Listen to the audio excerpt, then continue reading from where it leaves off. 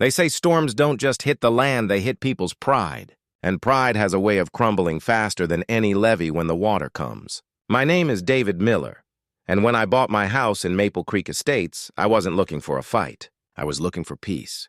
After 25 years with the U.S. Army Corps of Engineers, my dream was simple: a quiet porch, a steady creek, and the sound of wind instead of sirens. What I got was front-row seats to a slow, preventable disaster and the arrogance of one woman who thought bylaws could hold back nature. The morning I moved in, the sun was a crisp gold over the cul-de-sac. Maple Creek ran like a silver ribbon behind the neat row of houses, trickling softly over smooth limestone. It looked harmless, the kind of water feature realtors romanticize on brochures with words like picturesque and tranquil. But to someone like me, trained to read the language of land and water, it wasn't tranquil, it was a warning. The slope behind the properties funneled everything toward the creek. One heavy storm, and this neighborhood would turn into a shallow basin. The decorative drains along the curbs were too small, half clogged with bark mulch. The limestone walls weren't reinforced, just pretty facades. It was like dressing a dam in lipstick and pretending it was invincible. I noticed all of it in my first week. While most neighbors were comparing lawn treatments, I was walking the perimeter with a contractor's level, tracing runoff lines, marking the low points with little wooden stakes. Old habits die hard? And sure enough, every reading told the same story. The creek sat lower than the road, and every front yard tilted just enough to make gravity the neighborhood's worst enemy. That didn't make me panic. It made me plan. I'd spent decades designing stormwater systems. I wasn't about to let some overconfident HOA board ruin my retirement with bad drainage. My first HOA meeting was held in the clubhouse, a boxy building with white trim and a whiff of lavender air, freshener that hung a little too sweet in the air. Folding chairs were arranged in rows, pitchers of lemonade sweating on the snack table, and neighbors chattered like a PTA meeting before a bake sale. It was the kind of place where people came to discuss mailbox colors, not floodplains. But I came prepared. Elevation maps tucked under my arm, FEMA charts highlighted, notes in the margins. I didn't want to be dramatic. I wanted to be factual. That's where I met Avery Lopez, the HOA president. Late 50s, pressed navy blazer, pearl earrings, and the kind of posture that said, "I run this place." She sat at the head of the folding table like it was a throne. Her smile was tight, rehearsed, and when she saw my stack of papers, it faltered for just a fraction of a second. When it was time for open comments, I stood up. My voice was steady, measured. I showed them the maps. I explained how runoff from the development uphill would race straight into our cul-de-sac. I pointed out the decorative but dysfunctional drains. I warned them that FEMA flood maps had been updated thanks to some clever lobbying, not because the danger disappeared, but because cheaper insurance looked better on paper. You could have heard a pin drop when I finished, and then Avery laughed. Not loudly, but with the kind of dismissive chuckle that lets everyone else know what the approved reaction should be. "Mr. Miller," she said, her tone syrupy, "we appreciate your enthusiasm, but this community was designed by professionals. There's no need to alarm people unnecessarily. Our focus here is maintaining property values and neighborhood aesthetics." Some people chuckled along with her. Others looked down at their hands, not wanting to get involved. I'd seen that look before, soldiers giving each other the "don't stir the pot" glance before a bad briefing. It told me everything. I wasn't talking to a board. I was talking to a wall built out of pride and appearances. So I did what I'd always done in the field when command ignored a warning. I prepared my own perimeter, quietly, thoroughly. I bought sandbags in bulk, stacked them in my garage like ammunition. I marked my property lines, measured out the slope behind my garden beds, and drew up a plan. If water came, I'd be ready. Summer passed uneventfully, except for a few heavy rains that turned the grass soggy for a day or two. But by early fall, the ground was saturated. Weeks of drizzle had soaked the basin like a sponge. One look at the sky on that muggy September afternoon told me everything Doppler radar would confirm later. A tropical system was spinning north, slow-moving the worst kind. When storms like that park themselves over a low-lying neighborhood, they don't just rain. They pour. For 12, 15, sometimes 18 hours straight. And when that happens, creeks stop being pretty. I spent that morning working methodically, bag after bag, stacked in a crescent along my back fence and garden beds, tight seams pressed against the earth. Sweat ran down my neck, my back ached, but I didn't stop. These weren't decorations. They were the line between my basement and the flood. That's when I heard the hum of an engine behind me. A silver SUV rolled up slowly, window sliding down with a smug hiss. Avery. Her sneakers were spotless. Her clipboard gleamed. "Mr. Miller," she called, sickly sweet, "what are those?" "Sandbags, ma'am," I replied without looking up. "Storm's coming." She stepped out, clipping her HOA badge to her blazer like it was a sheriff's star. "You can't just put those out," she declared. "They're unsightly. They violate landscaping guidelines." I wiped my palms on my jeans and stood. "So do half the SUVs parked sideways in driveways." "But I don't complain." Her lips tightened into a thin line. "We can't have residents panicking others with doomsday props. It lowers confidence in property values." I pointed at the sky-thickening clouds, gray edges bruising into charcoal. "Give it 12 hours. That creek's going to climb into our backyards. These aren't props. They're protection." "The board hasn't approved them," she huffed. "You'll need to remove them or face a citation." My patience was thinning, but my voice stayed level. "Do what you have to. But I'm not letting floodwater walk through my living room just so the neighborhood looks pretty." Her eyes narrowed. She turned sharply, heels crunching gravel, and drove off. The SUV spat stones like punctuation marks to her retreat. As I watched her leave, one thought sat heavy in my chest. Water doesn't care about HOA bylaws. It doesn't negotiate. It rises. By afternoon, the air was thick and heavy, the kind that makes your joints ache before the first raindrop falls. The weather alerts were already flashing on TV. And still, not a single email from the HOA. No preparation notice, no sandbag station, no plan, just silence. And as I sat on my porch that night with a mug of coffee, watching the creek stir beneath a bruised sky, Avery's house stood just 2 lots up from the bend. Her garage lights glowed on her white, custom-ordered luxury car, $1 million of polished steel she'd bragged about at every HOA mixer. She hadn't moved it. She hadn't listened at all, and in that moment, I didn't know it yet, but everything was already in motion. The storm was coming, and pride was about to meet water. The sky had that stubborn, swollen look a veteran learns to read without radar, a weight that presses on the eardrums and makes the air taste like metal. I stood on the porch and listened to the creek argue with the stones.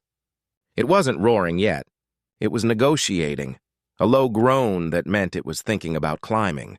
The neighborhood lights winked on one by one, warm squares behind tidy curtains. A sprinkler sputtered 3 houses over, ridiculous in its timing, ticking across grass that would be a shallow lake by dawn if the models in my head were right.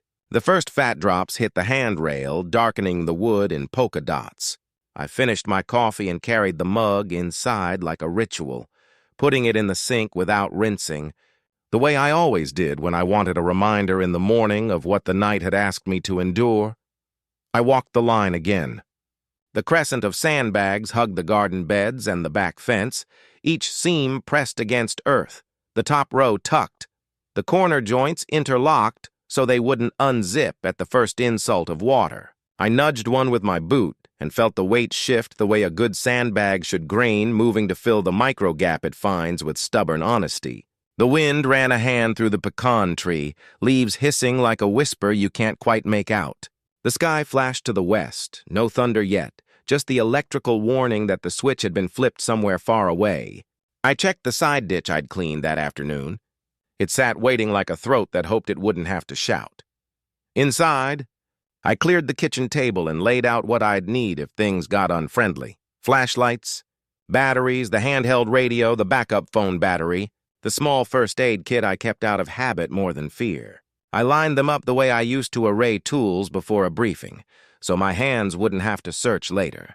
The generator sat fueled and ready in the garage, a stubborn little beast that always started on the second pull like it believed in rituals, too. The house smelled faintly of cut grass and damp wood, the old smell of preparedness you never forget.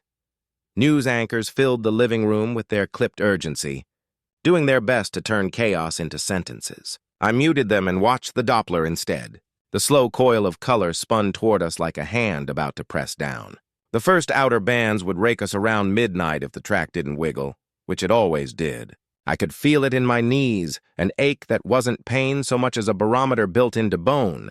I stood up, switched off the lamp, and let the room be lit by the pulse of radar and the occasional white scratch of lightning at the edge of the frame. By 10, the first real rain arrived, a steady, straight-down sheet that erased the edges of things and made sound into a curtain. It pattered across the bags, found the seams I wanted it to find, and ran into the trench where it belonged. I walked out into it with my hood up, splayed my fingers against the top row to feel vibration water translating itself into the language of fabric and sand. Satisfied, I took a breath, the air lime cool and heavy, and went back inside to let the system prove itself. At 11:20, the power blinked once like an eyelid and then held. I moved through the rooms and did the things men do when they've already done everything that matters: straighten a stack of mail, wipe a countertop, fold a dish towel, slow down the mind so the body doesn't invent work that gets it hurt. A text buzzed the phone. Alan Bishop. Heard we may get 6-8 inches. Any tips for residents? I stared at the screen and typed 3 words. Sandbags. Clear drains. I deleted a longer version that included the line, and stop pretending. I sent the 3 words and set the phone face down. The thunder finally arrived, a long, distant roll that sounded like a train that hadn't made up its mind about its speed. I don't know what woke me at 12:30, some part of training that hangs like a tripwire in the nerves. The rain had thickened. It hit the siding with the cadence of applause that didn't like the performance. There was no thunder in that second, just a long, uninterrupted hiss. Then I heard it, a sound that did not belong to weather, a scrape. Something heavy dragged across wet earth, not skittering, not panicked, determined. I sat up in the dark, the room a faint blue from the storm-thickened sky. Another scrape closer, followed by a grunt, the small, involuntary sound a body makes when it asks itself for more effort than pride wants to show. I moved carefully, avoiding the squeaky board by the hall, and eased to the front window where the angle let me see across the side yard. The neighbor's security lamp made a soft dome of light, enough to turn shadow into shape. 2 figures hunched at the rear fence line, one compact and sure in movement, one long and hesitant. The compact one wore a jacket with reflective strips, the kind boards love to buy when they want to look official. Pearls flashed when lightning did. God help me, she'd worn them. Avery held a folded paper in one hand like a talisman and gestured with the other. The boy Mason, her nephew, dragged one of my sandbags, all elbows and ache, leaving a bruise trail across the yard where the bag bit the mud. He hauled it toward the back of her SUV where another bag already sat like a captive. I didn't rush to the door. I went to the little screen by the mudroom and tapped the porch camera into live view. The lens found them in the grain of night vision and turned them into figures the law liked, time-stamped, framed, unavoidable. When you've lived in rooms where proof decides whether action is legal, you learn to love a camera that sees when pride thinks it's alone. I slid the audio bar up. The mic caught words thin as thread and stretched them into sentences. Teach him a lesson, Avery whispered. The kind of quiet mean that thinks it can't be heard over rain. Mason's reply was a whisper with edges. Aunt Avery, this... She cut him off with a motion so sharp it outweighed words. He bent, grunted, and grabbed another bag. They didn't understand what they were doing, not really. To them, it was a gesture, a way of saying who was in charge of the stage we all lived on. To me, it was sabotage, unguarded, stupid, and more dangerous than malice that admits it wants harm. These bags were a system, each weight talking to its neighbor, each joint asking to be held. Pull one and you tug at more than fabric. You invite water to find an easier sentence to say. Rain stitched itself into the night's fabric. The creek threw its voice a little louder. I recorded in silence and watched a third of my arc unmade. They had kicked some bags down the slope where water would find them before they found rest, and that might have been the worst of it. Loose sand where structure should stand is a map water reads like scripture. At one point, Avery tried to lift a bag by herself and failed. Her hand slipped, and what came out of her mouth was not a word so much as a sound someone makes when a mirror shows something they didn't ask to see. She straightened, shoved her hair back, and hissed, "Hurry!" Mason nodded, his sneakers sucking out of the mud with little gasps. The SUV's taillights smeared red in the rain when they finally pulled away. 2 bags in the back, like trophies that would not admire the shelf she wanted for them. I stood there with my hand on the doorknob and did not open it. There is a moment in any fight where stepping into it gives the enemy exactly what they came for. What I needed now wasn't a shouting match in the rain. It was the cool discipline of a record that would stand when the sun came back and people pretended not to remember what they'd said at midnight. I stayed still. I let the lens collect. When the sound of their engine dissolved into weather, I went out. The rain met me with the kind of horizontal anger only a good storm knows. It found every seam of my jacket and rolled down my spine with a cold hand. I walked the line with my headlamp and saw what they had unmade. The crescent now a crescent with 2 missing teeth, channels where bags had sat, a gap at the low point a little bigger than a man's chest. Water loved that gap already. Thin silver threads found it and poured through, with the greedy happiness of children, who've located a hole in a fence around a fairground. I went to the shed and found the emergency bags I'd stored 2 seasons ago, the ones the sun had baked a little and the mice had investigated and found uninteresting. I hefted one. The burlap split at a seam, and a ribbon of sand wrote nonsense across my boots. Useless. I found 2 that would hold if I handled them like old men and laid them into the worst of it. Hands kneading the fabric to make it believe in its job. The rain laughed. Water found the edge and licked it like a dog testing the fence. I set my jaw. There's a steadiness that comes when the room gets loud. Time slows its breath. Your hands find their work, and anger turns into a tool with a handle you know. I worked for an hour, improvising where the system I'd built couldn't forgive the insult it had taken. The headlamp beam became a metronome. Every time it swung back to the gap, the stream was thicker. I wedged a threshold block at the basement door, a little trick that buys you inches and minutes, and I pinned the rubber lip so the current wouldn't make a liar out of it. I cleared the side ditch again with a rake I kept for nothing else. Leaves slithered away like ideas that had outlived their usefulness. At 3:05, the house shuddered once, the way a dog shakes off water, and the power died. The quiet that follows a power cut is not quiet. It is a new noise entirely, a vacuum that makes every other sound louder. The rain took the opening and explained itself.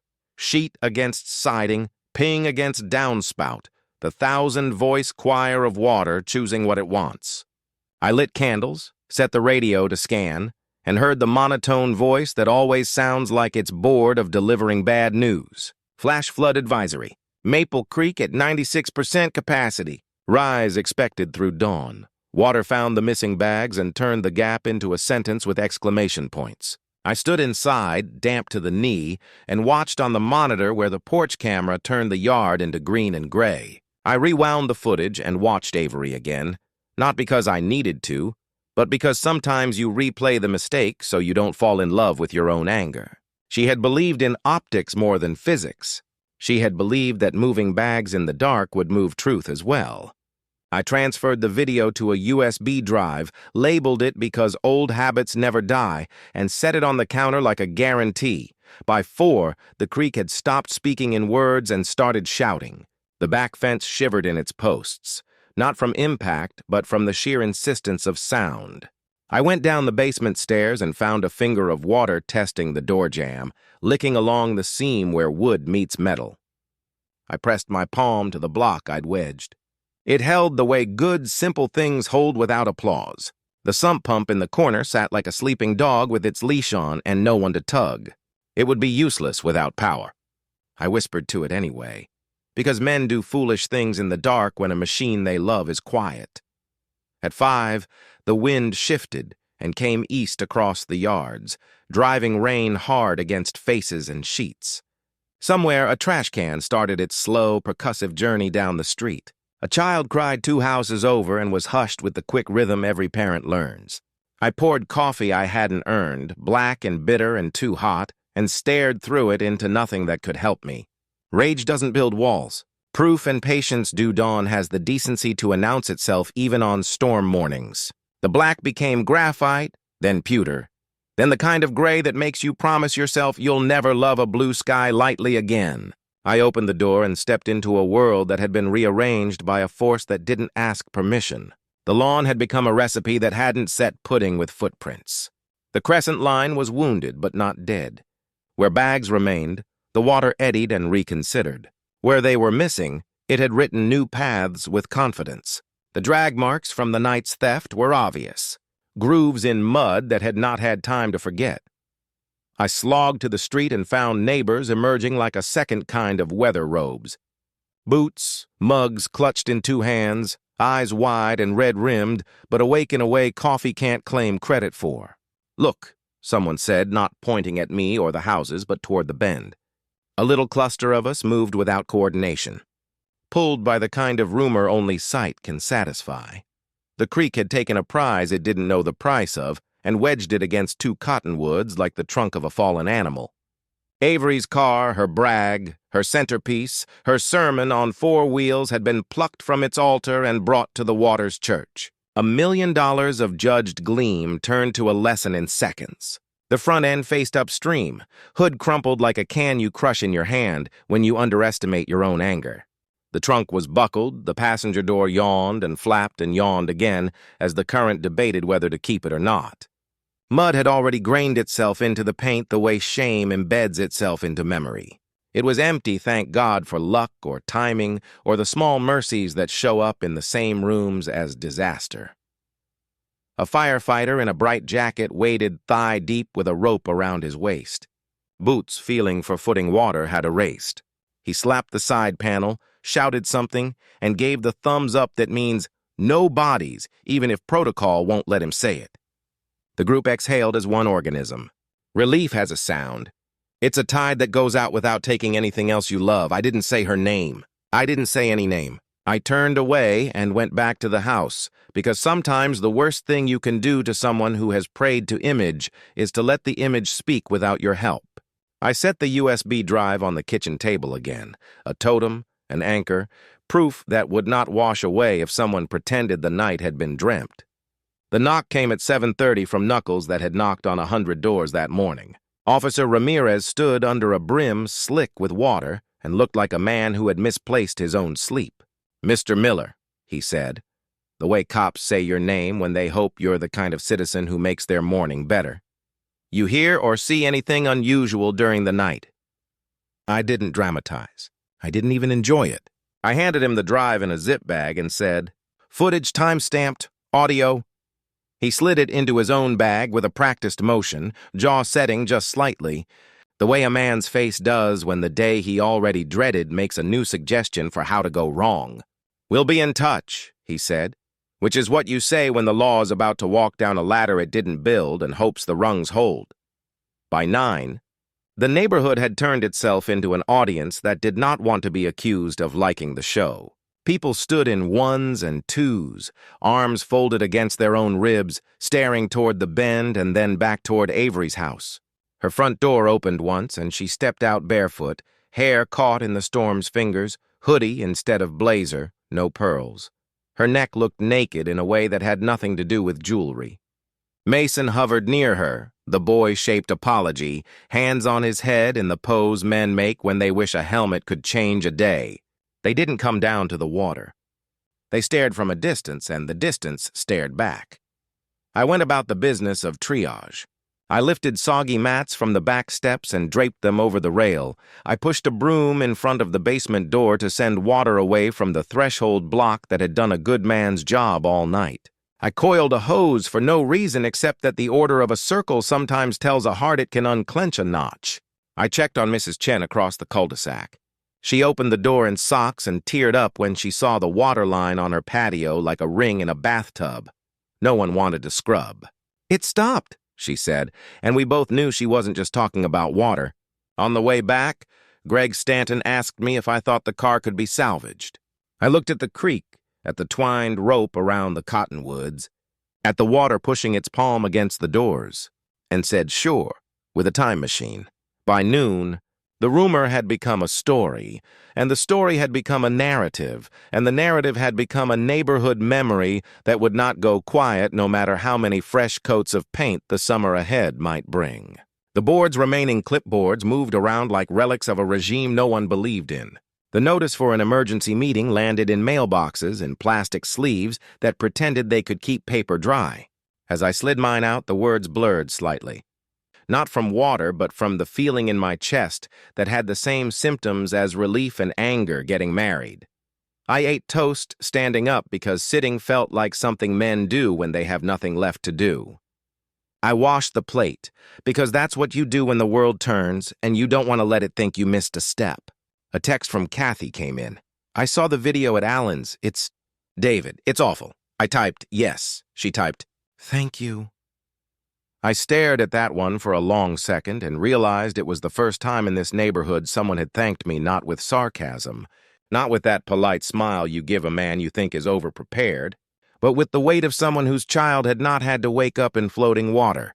At 2 p.m, I saw Avery for the first real time since the car became a creek thing. She stood in her yard and looked smaller than the space around her, the way authority does when the stage is burned away and the props have been taken back by physics. She didn't look at me. She wasn't looking at anything yet. The human brain takes a while to redraw its maps after pride has been washed out of a place where it lived too long. I don't know what I expected to feel. Triumph is a word people love to paste over moments like this, like a sticker on a broken window. What I felt was steadier, colder, the sense that a system had corrected itself in the only language it trusted. It didn't make me happy. It made me ready. The rain tapered toward evening even as the creek kept its height, proof that water loves momentum and grudges both. The emergency meeting would be at 6. The clubhouse would smell like wet jackets and adrenaline, and the projector would try to make night vision look like a sermon. I brewed fresh coffee and poured half into a thermos because men always overpack for rooms where truths get played on walls. I slipped the second copy of the footage into my pocket. Redundancy is a religion built by people who have watched machines shrug and say, "What file?" As neighbors passed my porch on their way toward the clubhouse, they tilted their mugs and nodded with a communion that had nothing to do with wine. A few said my name. One man I'd only waved to before stopped and pressed my elbow with fingers that shook a little and said, "Thanks for being stubborn." I smiled the kind of half smile that means a man is thinking about crying and has decided to pay attention to his breath instead.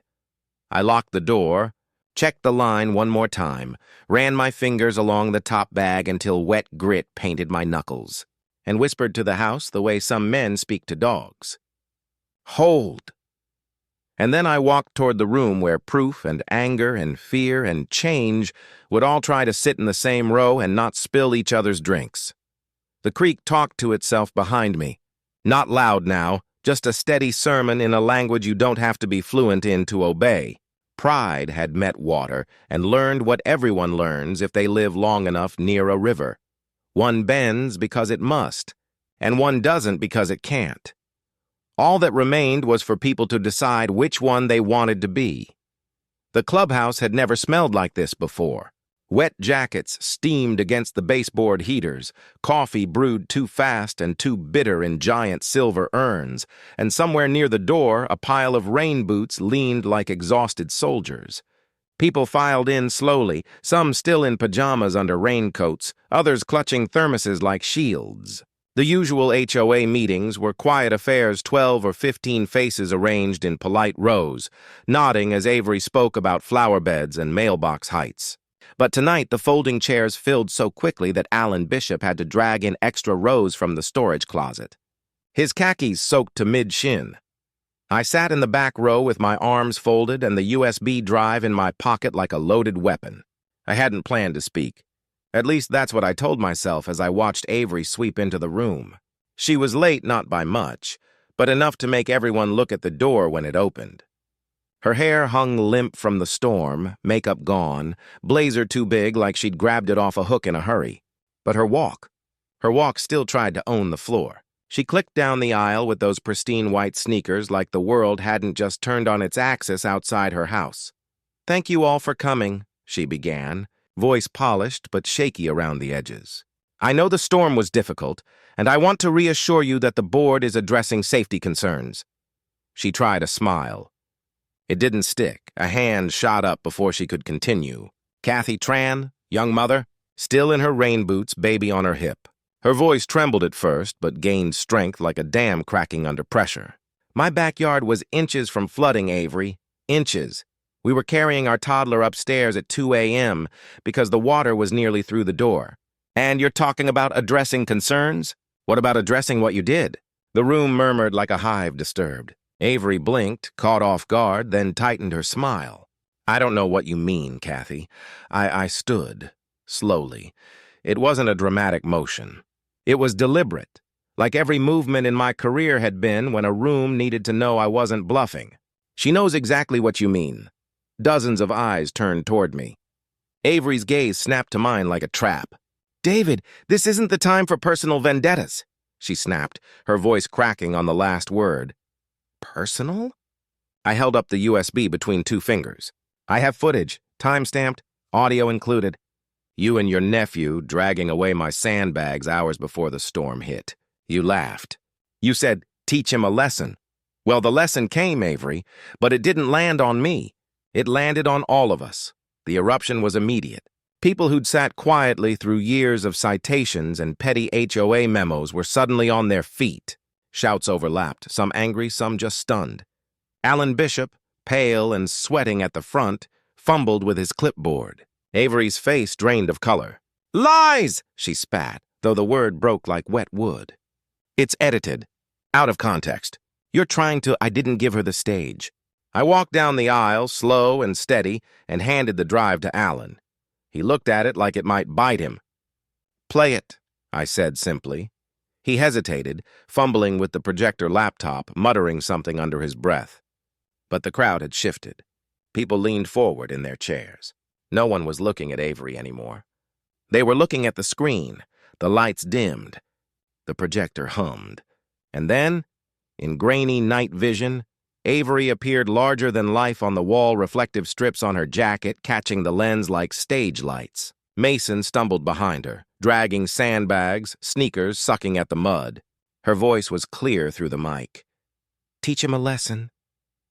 A collective gasp filled the room like a gust of wind through open doors.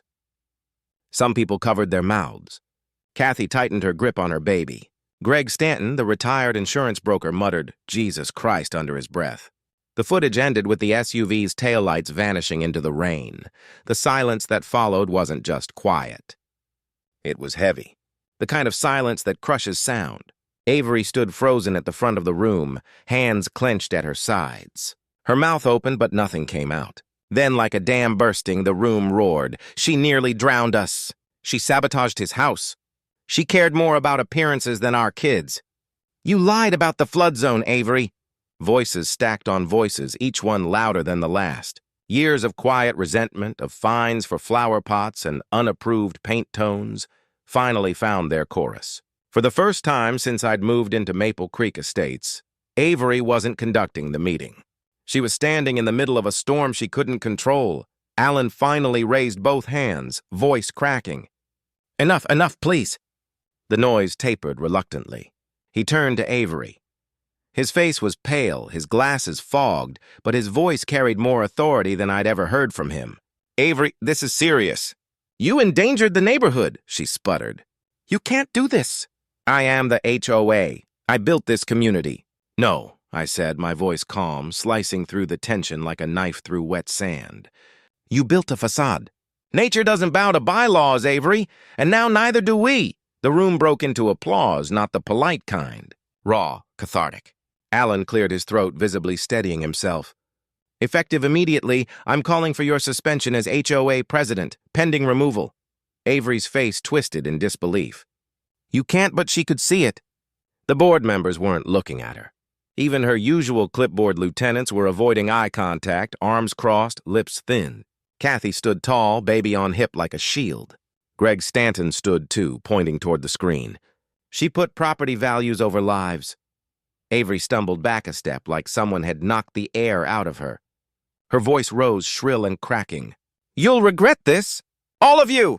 No one answered. She stormed out, the door slamming so hard the frame rattled.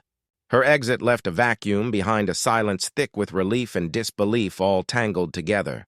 Alan exhaled shakily. "We need a new approach, safety, real planning. No more fines and flowers." His voice grew firmer. "I propose we form a safety and resilience committee, with David Miller as technical advisor." Dozens of heads turned toward me again. For years, I'd been the man with the unwanted warnings. Tonight, I was something else entirely. Kathy raised her hand. "I second that," Greg Stanton shouted. "Third!" Hands shot up. Murmurs of agreement. For the first time, their eyes weren't skeptical. They were hopeful. I nodded slowly. "I'll do it. But we stop pretending. We prepare or we drown. Those are the only options." The applause that followed was different than before. Louder. Solid. Like the sound of something shifting underfoot, not breaking, but moving. A new foundation. When the meeting ended, neighbors came up to me one by one. Some shook my hand. Some apologized. Some just nodded, eyes still red from fear, exhaustion, and adrenaline. Alan lingered near the projector, staring at the frozen frame of Avery dragging a sandbag. "I can't believe it," he whispered. "I can," I said. As I stepped out into the damp night, the air carried the scent of wet earth and something else change. Avery's car still sat twisted in the creek under the moonlight, a monument to arrogance washed clean by reality. And for the first time since I'd moved here, Maple Creek Estates didn't feel like her stage. It felt like a neighborhood again. But deep down, I knew this wasn't the end. Pride like Avery's doesn't vanish overnight, and evidence once shown has a way of rippling through every corner of a community. The storm had passed, but the reckoning had only just begun.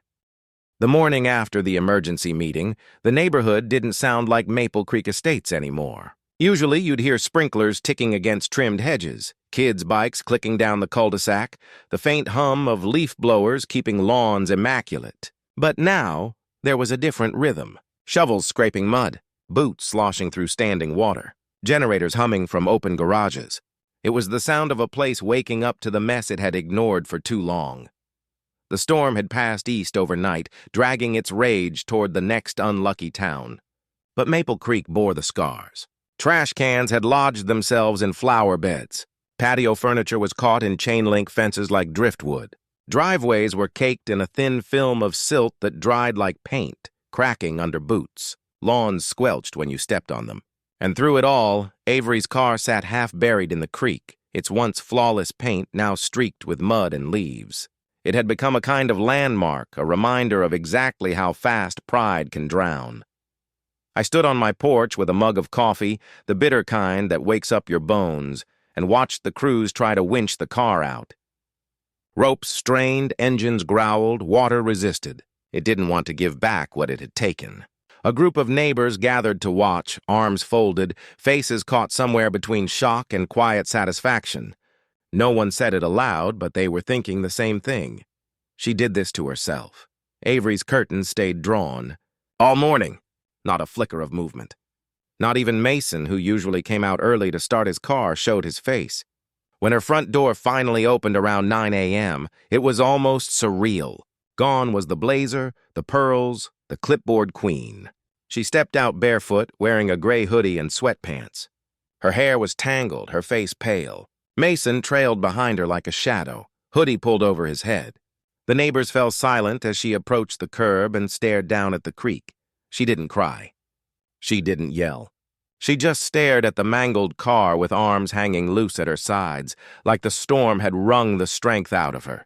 For a moment, I saw something I hadn't seen in months of dealing with Avery Lopez, not arrogance, not defiance, but something raw. Defeat. It didn't last long. Around noon, 2 police cruisers rolled into the cul-de-sac, their tires hissing on the wet asphalt. Officer Ramirez stepped out, same mud-caked boots, clipboard in hand. Another officer followed, younger, eyes scanning the neighborhood like it was still an active scene.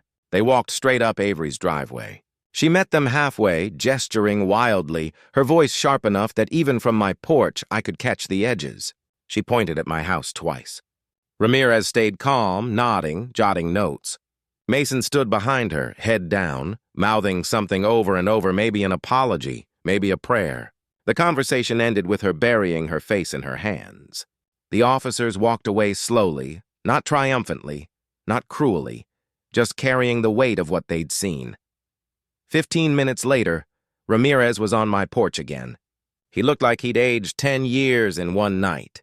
"Mr. Miller," he said, shaking his head like he was already tired of paperwork. "We reviewed your footage. It's clear." She directed the removal. Her nephew helped. "The timings..." "Damning?" "I figured," I said. He rubbed his temples. "Technically, removing sandbags isn't a criminal act under city code.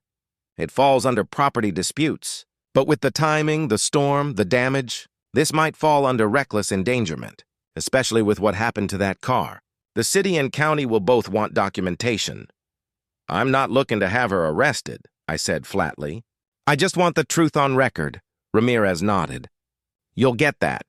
Believe me, a $1 million car floating down a public waterway tends to make the county perk up."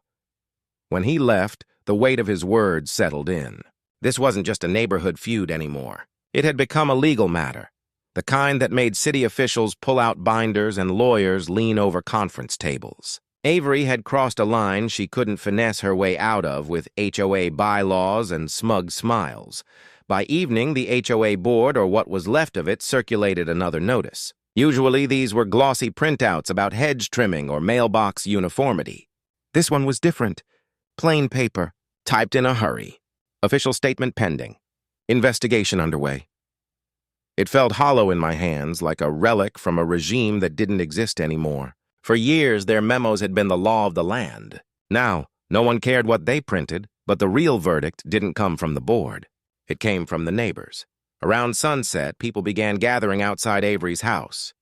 Not like a mob, more like a town hall that had decided to meet on her lawn. Kathy was the first to speak. She had her toddler balanced on her hip and rain boots still on. "You put us all at risk," she shouted, her voice sharp and clear. "You tore down his sandbags and my yard nearly flooded. My child could have been hurt." Avery stepped onto the porch, hoodie still on, hair pulled back, but her eyes were back to that familiar glint of stubbornness. "You don't understand," she snapped. "He broke the rules. He made the neighborhood look like a disaster zone. I was protecting our image." That word image hit like a match in dry brush. Greg Stanton barked out a laugh so bitter it made people flinch. "Image? Half the neighborhood was bailing water with buckets while your car floated into the creek." Voices joined in, one after another. "You endangered my family. You lied about the flood zone. You cared more about property values than human lives. You ignored him when he tried to warn us." Avery raised her hands, desperate.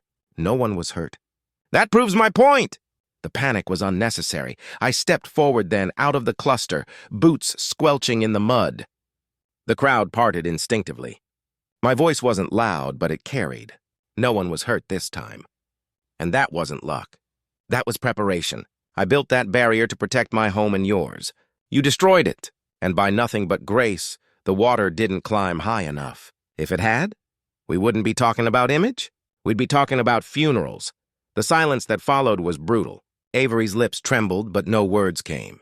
Mason tugged at her sleeve, whispering something urgent. She shook him off like a drowning person swatting at a life ring. Alan Bishop finally stepped forward from the edge of the crowd. His clipboard was gone.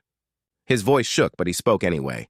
"Avery Lopez, as treasurer and acting president of this HOA, I'm formally requesting your resignation.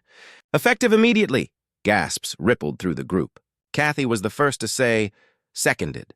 Greg Stanton added, "Third." Hands shot up. Murmurs of agreement filled the air. Avery spun, looking for allies. But there were none.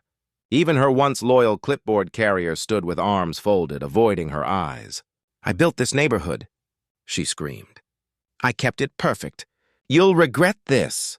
Her words fell flat against the wet air. No one flinched. No one backed down. She slammed her door with a crack that echoed down the street. The crowd dispersed slowly, some shaking their heads, others walking in silence. Something fundamental had shifted. The fear that had once surrounded her had evaporated. What remained was resolve. That night, Maple Creek Estates slept differently. Not peacefully, the cleanup had only begun, but without that invisible weight pressing on everyone's shoulders. The storm had broken more than fences and basements. It had broken her hold. The following week was a blur of muddy boots and rolled-up sleeves. Saturday morning, I opened my back gate to find neighbors already in my yard with shovels. Kids were stacking sandbags, retirees were sketching drainage improvements on clipboards. Kathy brought casseroles and coffee. No one asked for permission. No one quoted bylaws. For the first time since I'd moved in, people weren't looking over their shoulders. They were looking at each other. Alan came by almost every day with papers in hand, asking for my input. "David, does this plan make sense? David, can you review this proposal?" He looked like a man trying to rebuild trust one diagram at a time. And honestly, I respected that. Avery, meanwhile, vanished. Not physically, her house still sat there, shutters drawn, but socially. She didn't attend meetings. She didn't step outside during the neighborhood cleanups. Her car was eventually dragged out of the creek, hauled away on a flatbed like the remains of a monument no one wanted anymore. After that, she disappeared behind her blinds, but her absence wasn't a vacuum. It was a clearing. The board held another meeting, this time in my backyard. FEMA flood maps were spread out on picnic tables, coffee mugs holding down the corners. I traced shaded zones with my finger, explaining how water moved through the neighborhood. Kathy stood beside me, translating technical terms into plain language for the parents. Greg Stanton asked sharp questions about insurance coverage. Teenagers listened with wide eyes, soaking up every word like they were watching a real-life survival class. And for the first time, no one dismissed me. No one rolled their eyes. We were building something new. Not out of fear. Out of awareness, Avery's reign was over, and Maple Creek Estates was finally learning how to stand on its own. The letter arrived on a Tuesday when the sky finally remembered how to be blue. It wasn't a certified envelope or a stamped notice with a logo in the corner. Just my name in tight, slanted handwriting on a plain white sleeve. I stood at the mailbox longer than I needed to, listening to the faint tick of water still finding seams beneath the street, the soft insect hum of a neighborhood healing. The paper felt too light for the weight it wanted to carry. I opened it on the porch, coffee cupped between my elbow and ribs, and read a single line that looked like it had been written in one breath. "Don't share the footage, please. I'll resign quietly. Just let me leave with what dignity I have left." The porch boards sighed under my boots, an old house sound that knew truth better than people do. For a long minute, I just held the paper between my fingers and let the edges curl against the humidity. Her plea pulsed in my hand like a small heart that wasn't sure it should keep beating. In another life, I might have folded that mercy over the mess like a bandage and pretended it healed. But I pictured the drag marks in my lawn, the gap in the sandbag crescent, the way water had loved the hole she made. I pictured Kathy carrying her sleeping child up a staircase in the dark. I pictured the car angling its ruined snout into the current. White turned to the color of the creek's idea of justice. Dignity isn't a shield you get to pick up after you've thrown it through someone else's window. I slid the letter into my desk drawer and closed it gently. Like you do with a memory you won't let make decisions. By Friday, the for sale sign sprouted in her front yard. The kind with a cheerful red arrow that pretends living is just a matter of moving the pin on a map. No balloons, no open house chalkboard. Realtors came and went with the soft tread of people who know a house can have two histories. What a brochure says and what the walls remember. Mason loaded boxes into the trunk of a dented sedan, hood up, eyes down, moving with the careful slowness of someone paying off a debt to air. Once he looked up and saw me watching from the mailbox. He half lifted a hand, not a wave, not quite. I nodded, small, steady, and went back to the quiet arithmetic of a morning that wanted to be normal. Normal had a different definition now. The Thursday after the storm, we hosted the first resilience night in the clubhouse, and the room actually felt like a heart this time instead of a throat. We set out folding tables not for refreshments but for maps, FEMA printouts taped into new continents with coffee mugs as paperweights. I drew the basin with a Sharpie, thickening lines where the land decided for us. Teenagers took notes like it was a class you didn't skip. Retirees shared stories of floods that came before smartphones learned how to be weather. We didn't talk about flower beds. We talked about flow. We didn't measure grass. We measured grade. Something small but important changed in the sentences people chose. No one said the HOA like it was a bank vault anymore. They said we. We should clean the drains before first fall rain. We should keep a stack of public sandbags at the clubhouse. We should set phone trees that actually ring when it matters. Paperwork stopped being punishment. It became protection. We wrote protocols. Old school and simple, who calls whom, which culverts need the first rakes, where to stack the first rows when the sky turns heavy. We laminated a sheet you could tape inside a pantry door. If you have 15 minutes, do this. If you have an hour, do that. If it's already at your ankles, skip to this line and breathe. The board saw what the room had decided and ran to catch up. At the next meeting, Alan wore humility like a jacket that finally fit. He read the new bylaws with a voice that didn't tremble anymore. Temporary flood barriers permitted without prior approval during weather alerts. A freeze on fines during declared emergencies. A requirement to notify all residents by SMS and email within 10 minutes of a county watch or warning. A standing safety and preparedness subcommittee with a budget that didn't feel like an apology. Unanimous votes. Some claps were loud with relief. Some were quiet with "I told you so." All of them counted. City Hall heard us too. A week later, they held a hearing with an agenda that didn't leave room for decoration. A fluorescent room with water-stained ceiling tiles and an American flag that needed a dusting. I wore my old field jacket out of habit, and because the pockets remember how to hold a pen, a small notebook, and your hands when you don't trust them to be still. Officer Ramirez sat 3 rows back, arms folded, eyes tired but clear. The county floodplain manager spoke in the dry way people speak when they care too much to confuse drama with detail. I stepped up when it was my turn and put the facts on the public record the way you put blocks under a jack before you crawl under a car. Methodical, unsexy, essential. Basin topography, outfall choke points, the false comfort of updated FEMA lines, the night vision timestamps, the sentence on the recording you could balance a policy on, teach him a lesson. Questions came that weren't really questions. Could this have been avoided? Yes, with the humility to let ugly save pretty. Were the bylaws at fault? Bylaws don't act, people do. Did the city bear any blame? Everyone does when they like the price of denial more than the cost of readiness.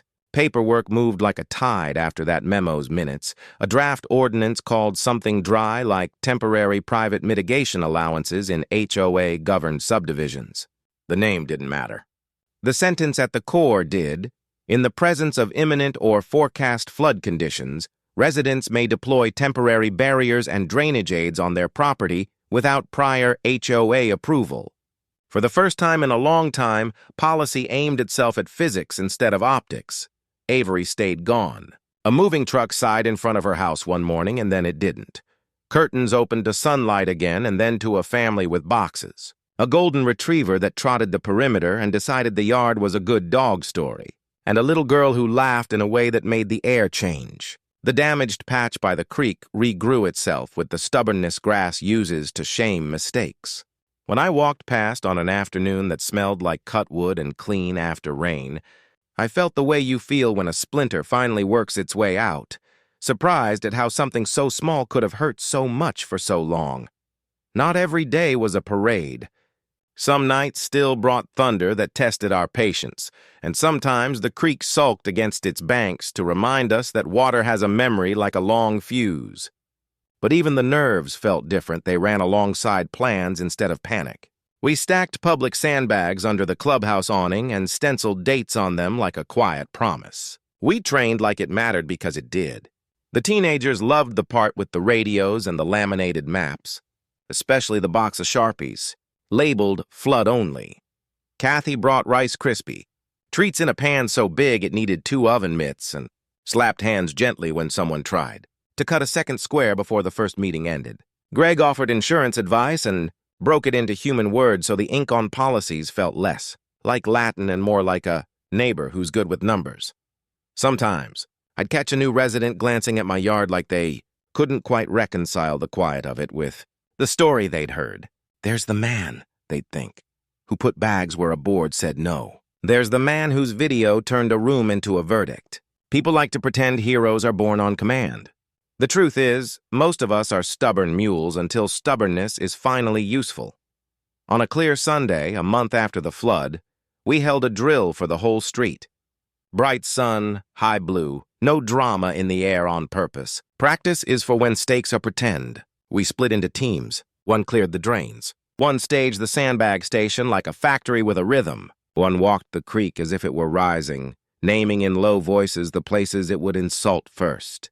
I watched from the edge and felt a warmth that had nothing to do with sun. People who'd once measured each other's lawn heights were measuring distances between bags and fences. People who'd once reported each other on official letterhead were texting, "Need 2 more at Kathy's corner," with little green check marks back. Our mess had rerouted us. We were a system now. Imperfect. Stronger for it. That night I took my coffee to the creek because some routines are pilgrimages. The water ran at an unremarkable height, brown with last week's gossip, whispering something old and simple as it sifted over rock. I stood in boots that still remembered the feel of mud like a grip and tried to listen without putting words where the water hadn't offered any. The old line came back the way lines come back when they've earned a home. You can't vote against gravity. There it was, truth scaled down to creek width and up to policy. Gravity doesn't take minutes. It takes land. Our choice is to pretend or prepare. We had chosen. Finally, a text blinked. Allen. City ordinance passed, unanimous. Another followed. You did this. I typed back the truth that kept me from believing in any single-person myths. We did. The storm helped. He sent a thumbs up and a photo of the vote board with little green lights all the way down. A bureaucrat's fireworks. Weeks unfurled into something like a season instead of a scar. I built a small storage rack along the back fence, treated lumber, stainless screws, a hinged lid that kept sun off the top row of sandbags so they wouldn't go brittle before their time. I stenciled Maple Creek on it and left the second line blank until the teenagers argued for a motto and voted for the one that made us all smile in a way that hurt good. Safety. Symmetry. Kathy taped a copy of the drill chart to her garage wall. Greg mounted a cheap weather station on his eave, and we all pretended we weren't jealous of a man who could make wind speed feel like gossip. Avery sent one more letter before the mail forgot her name. It was shorter than the first and blunter, a person who had shed a shell and found a skin. I was wrong. I said I was protecting what we built. I was protecting my idea of it. I hope the creek gives you kinder lessons than it gave me. I slid that one into the same drawer and let it sit next to its sister, a record of a mind turning just slightly toward the light. I didn't write back. Some conversations belong to time. On a clean morning, heavy with sun, the city asked if I'd join a panel at a regional workshop on community-scale preparedness in HOA neighborhoods, a title so dry I had to laugh. I said yes and wore my field jacket for the pockets again. A younger engineer asked me on a break what I'd tell a board that liked the look of order more than the work of safety. I told him the only sentence worth handing over: make ugly legal when ugly keeps water out. He nodded like a student who'd found the test key, and I shook his hand like a man who knew the test had too many sections to cheat. The new family at Avery's old house put up a swing in the maple near the creek, and on afternoons the rope creaked a little in a rhythm that sounded like forgiveness, trying out its voice. The golden retriever learned the sidewalk's topography like a blind person's fingers. The little girl watched our drill one evening with the intensity of a critic and clapped at the end like it was theater. In a way, it was. We were rehearsing a play we hoped nature wouldn't cast us in again. But if it did, the lines would be in our mouths already. On the first rain that returned with any real intention, I did not pace. I walked the crescent and ran a flat palm along the top bags the way a man pats an old horse and says, "We remember each other." The ditch murmured. The drain took what it was given. The text tree pinged once and then went quiet again because quiet was the right volume for the evening. Across the street, someone pushed a stroller under a big umbrella and stopped to point out something to a toddler worms, maybe, or the pleasure of a puddle you're allowed to stomp. Bright porch lights flicked on down the block like someone had put stars at eye level. The creek hissed lightly against the cottonwoods and did not argue. That night, I wrote a note and taped it to the inside of my pantry door under the laminated checklist. If the storm comes while I'm gone, don't wait for me. Stack as planned.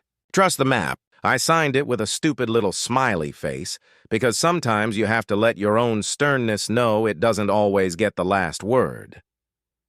The video of the emergency meeting still lives on a neighborhood drive. Not as a trophy, but as a teacher we don't invite out unless we forget and need reminding. We haven't forgotten yet. When new residents arrive with tidy dreams and questions about mailbox hues, we hand them the welcome packet with the map on top and a casserole underneath. We show them the rack by the fence and the stencils on the lid. We tell them the one rule that matters: neighbors first. Laws after. Nature always. I still stand at the creek most mornings with coffee hot enough to make steam when the air has a bite. When I close my eyes, I can hear the old night, the scrape of a bag across wet earth, a laugh that got recorded and turned into a mirror. But mostly I hear the present. Low water over stone, a sound like hands rubbing warmth back into themselves. The storm came and tried to teach us in the language of damage. We learned finally to answer in the language of care. They say storms don't just hit land. They hit pride. Maybe.